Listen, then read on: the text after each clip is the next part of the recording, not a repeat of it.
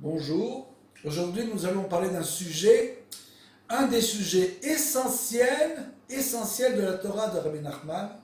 Et ce sujet-là, c'est la tfila, la prière, et l'idbodedut,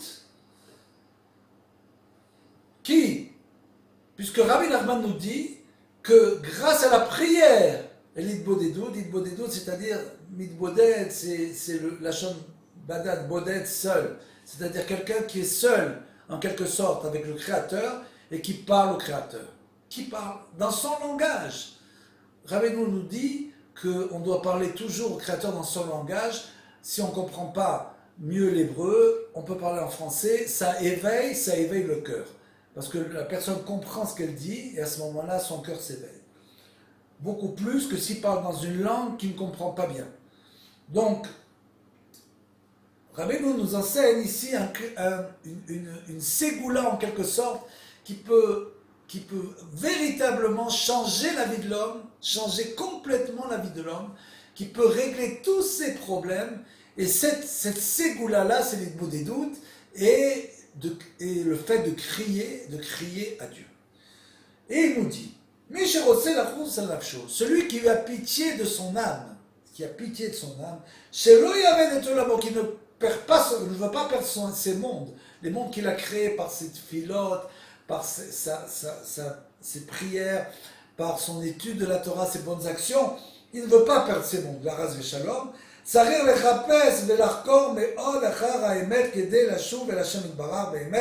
Il faut rechercher véritablement la vérité.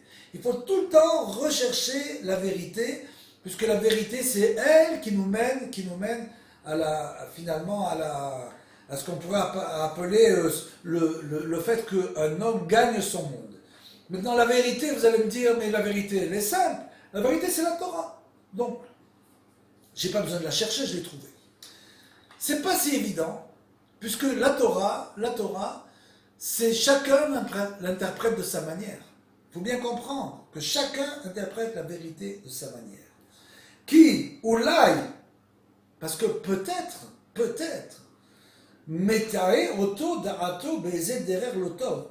Peut-être que la connaissance de cette personne ou d'une autre personne qui le guide dans un chemin lui fait tromper, il est dans l'erreur. Peut-être que cette personne qui vient au nom de la Torah, des mitzvot et des masim tovim, des bonnes actions, même celui-là, il est possible que en fait son avodat Hashem n'est pas complète.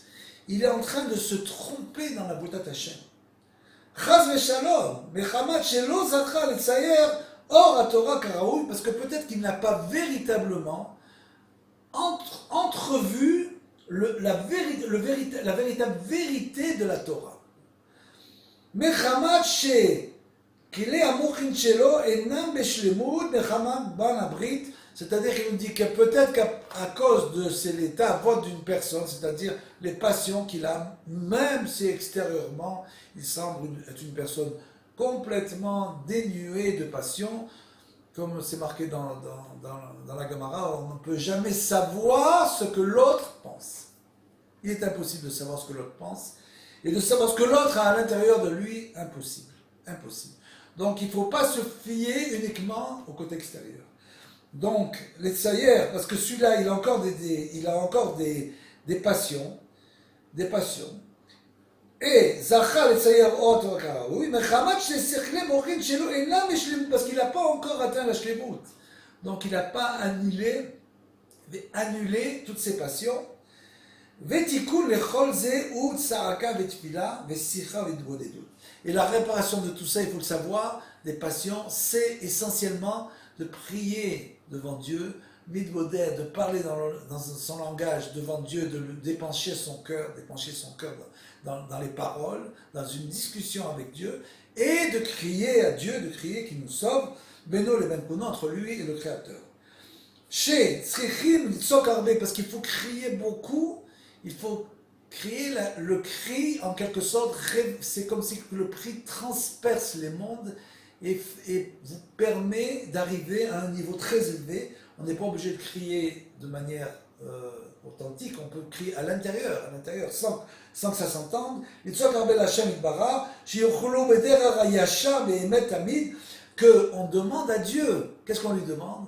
On lui demande en criant qu'il nous dirige toujours vers le chemin de la vérité. C'est la meilleure manière d'arriver à sa vérité. C'est de prier et de crier à Dieu qui nous amène toujours vers le chemin de la vérité. Et moi, je David Amel Jacob, parce que le livre des Teilim, en fait les psaumes, c'est un livre qui est entièrement voué aux prières et aux cris de David Ameller vers Dieu. Comme il est dit, montre-moi Hachem ton chemin, amène-moi vers ta vérité, amène-moi montre-moi le chemin de tes lois, envoie-moi ta vérité, etc., etc., puisque tout le livre des Teilim ne parle que de ça.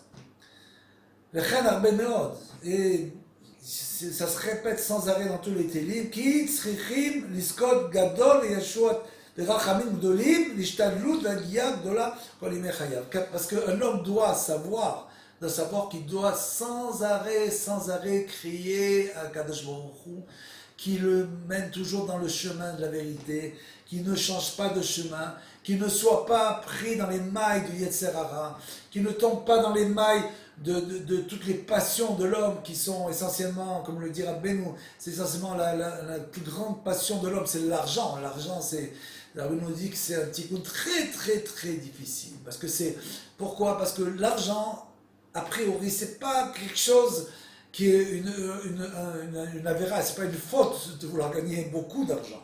On ne peut pas vous dire celui-là il est riche, il a fauté, il est riche. Non. Alors, c'est quelque chose de beaucoup plus fin de comprendre que quelqu'un, bien qu'il ait besoin de gagner sa vie, ça ne veut pas dire. Mais il doit savoir qu'il doit réfréner ses envies de gagner de l'argent. Et il dit la deuxième chose, c'est la relation avec les femmes. Et enfin, c'est tout ce qui est la relation, le kavod de la personne, et aussi la nourriture. Donc, ça, ce sont les ta'avot.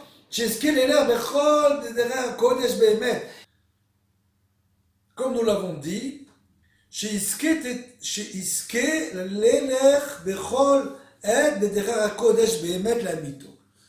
un homme donc, nous l'avons expliqué, doit donc prier, dialoguer avec son Créateur, jusqu'à ce qu'il lui demande sans arrêt de l'entraîner, de le pousser dans la vérité, de lui dévoiler sa vérité. Un homme doit crier beaucoup. L'Hachem, ça doit être véritablement, mamash, jusqu'à ce qu'il sente son âme qui s'élève véritablement, parce qu'il va prier avec force et profondeur. Comme les sages nous ont dit, Tfilato shel Adam, nishma'at ela imken nesim nafsho bekapo. Une prière n'est entendue que si l'homme arrive en quelque sorte à mettre sa main dans son âme dans la paume de sa main. C'est-à-dire c'est une allusion, une image pour expliquer que jusqu'à ce que l'homme sente véritablement par la force de sa prière et du dialogue avec Dieu, il va sentir véritablement son effet, son âme, qui ikartikun abrit, parce que la réparation, comme nous l'avons dit, des traits de caractère et de tout ce qui a des tavot, c'est-à-dire des envies de l'homme, la réparation, l'iskot l'set megulot avat azot b'shlemut, c'est donc à ce moment-là, pour qu'il sorte de cet exil, l'homme est galout, l'homme est exilé dans cet avot, c'est comme un exil, il est comme emprisonné, le mauvais penchant l'a emprisonné dans cet avot, et c'est extrêmement difficile de se sortir de cet avot. Il y a différentes méthodes pour l'approche de de la réparation des traits de caractère. Donc, bien sûr, une méthode de choix, c'est l'étude de la Torah, mais Rabbeinu rajoute à cette méthode-là, rajoute la prière et l'idbo des doutes, le dialogue avec Dieu. Et il nous dit que l'idbo des doutes, le dialogue avec Dieu a une force terrible une force énorme sur les passions de l'homme. Ou al-yedeh tza'aka arbe l'Hashem. Comment? En criant beaucoup à Dieu. Il faut au moins crier tous les jours au moins 70 fois. Pourquoi? Parce qu'il y a des gens qui... Ça peut arriver que des gens ont des problèmes. Et qu'est-ce qu'ils font quand ils sont vraiment dans la difficulté? Alors ils vont crier à Dieu, ils crient à Dieu. Et ils n'ont pas l'impression qu'on a répondu à leur prière. Et quand les problèmes passent, ils arrêtent. Ou il y a des gens qui décident de faire une des doutes, ils commencent un petit peu à parler avec Dieu. Effectivement, c'est une chose extrêmement difficile, on l'expliquera pourquoi.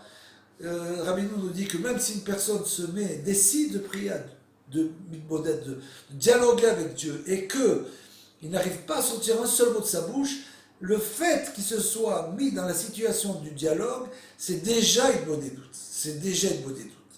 Donc, même si tu commences, tu n'arrives pas encore à sortir les mots de ta bouche, c'est déjà une bonne doute, et ça a déjà un grand effet sur la personne. Ve ou be elu, Shivim, donc il dit, on doit crier 70 fois. Pourquoi? Shivim, quand même, c'est 60 fois, 70 fois, kolot vetsakot, de crier, vetfilot vetachanonim, de crier, de supplier Dieu. Les haines mispar 100, d'un nombre indéfini de fois, kol yemei chayav shel adam, toute la vie de l'homme. Donc une des facettes très importantes de la Torah de Rabbeinu, c'est le dialogue avec Dieu. Et il nous dit que du début de la vie d'un homme à la fin de sa vie, il doit dialoguer tous les jours, essayer de prendre un moment spécial où il va dialoguer avec Dieu. Il peut dialoguer sans parler, ça peut être qu'au moment où il est dans l'autobus, au moment où il est en promenade, le matin très tôt, le soir tard, dans le lit, il n'y a pas de limite, il faut simplement établir un contact, un dialogue avec Dieu. Il dit ça, c'est une des facettes de la Torah les plus importantes pour Rabbeinu.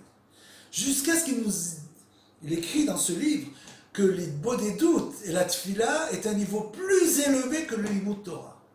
Il dit que c'est de là que l'homme reçoit sa Torah. Il reçoit sa Torah, la tfila. Qui? Shivim shanim. Parce que l'homme est censé vivre 70 ans, comme il est écrit, 70 ans. Adam Keleget Shivim Panim la Torah. Il est écrit que la Torah a 70 facettes. Il y a des gens qui interprètent 70 facettes, c'est 70 manières de servir le Créateur. 70 dévoilements de la Torah, pas du tout. Rabbeinu, c'est pas concevable qu'on est dans une génération où il y a 70 manières de servir Dieu, pas du tout. Il y a une seule manière de servir Dieu, une seule. Il faut demander à Dieu de nous guider dans cette manière-là, de nous guider dans la vérité, et c'est la meilleure manière d'y arriver. Donc, 70 paniers, 70 facettes de la Torah, ce sont 70 ans de la personne. Comme nous dira Rabbeinu, chaque année, il a un dévoilement nouveau. S'il arrive à son niveau véritable, à sa place véritable, il va dévoiler sa Torah chaque année. Chez Tzrichim Niskot Lahem, parce qu'on doit mériter cela, Vechol Echad Yachol Avin Benafsho, Kama Rachok, et chacun d'entre nous doit comprendre combien nous sommes loin du Créateur, combien nous sommes loin. Il faut bien comprendre qu'une personne est vraiment, il y a des gens qui ont l'impression d'être près du Créateur, parce qu'ils ont l'impression de comprendre véritablement la Torah, mais tout le monde dans notre génération est très loin. Il faut beaucoup crier, beaucoup pleurer pour se rapprocher de son Créateur. Adaïn afilou, même une seule facette de la Torah, on n'arrive pas à dévoiler. Mais ne parlons pas de toutes les 70 facettes. Même si un homme n'a pas fauté beaucoup, simplement, il a eu une vie tranquille, il n'a pas fauté, il a toujours été dans la Torah, toujours été religieux, il doit quand même tous les jours, crier, pleurer vers Dieu, dialoguer avec son Créateur, en plus de toutes les prières qu'il doit faire. La philo, il me va ça, mais même si un homme a crié beaucoup, la Shem, il a beaucoup étudié la Torah et les Mitzvot. Il dit, moi, j'ai étudié le Torah et les Mitzvot, j'ai pas besoin de rajouter de des doutes, à quoi ça sert? Il te dit, même si tu as étudié la Torah, tu as fait beaucoup de Mitzvot, Masim Tovim, tu es encore très loin, nous sommes très très très loin de Dieu, et il faut crier beaucoup pour se rapprocher de lui. Il n'a pas encore dévoilé une seule facette de la Torah. Et un millième de ça, il n'a pas encore dévoilé. Combien doit-il crier vers son Créateur pour qu'il lui dévoile sa Torah? L'Hashem Yitbarach kol yemei chayav, tous les jours de sa vie. Vekvar yadoua she'asur la'esh et asmo. Comme le dit Rabbi Nachman, parce que la Torah de Rabbi Nachman, c'est une entité. Toute la Torah, c'est en fait une entité qui correspond exactement à la réparation de notre génération. C'est exactement le tikkun de la génération, comme on l'a dit, que le Rav Kook vient en quelque sorte compléter dans ce qu'il appelle le Klal Israël. Bien sûr que Rabbeinu était Klal Israël, mais Klal Olami, il a une Torah de réparation du monde. Donc cette Torah de réparation du monde, au moment où il était dans un exil très amer dans la Russie, cette Torah de réparation comprend différentes facettes, mais qui s'engrangent entre elles comme un puzzle. Ve'asur le'esh et asmo, et il est interdit de le désespoir, comme dirait Rabbi, n'existe pas, ne jamais désespérer, mais du cri. C'est-à-dire qu'une personne ne doit dire j'ai pleuré, j'ai crié, j'ai prié, et on ne m'a pas répondu, ça n'a rien changé. Il ne faut pas désespérer, il faut continuer. Le mauvais penchant de l'homme a toujours tendance à lui faire croire qu'en fait, tout ce qu'il fait, ça ne sert à rien, et que finalement, ce n'est pas la peine qu'il continue.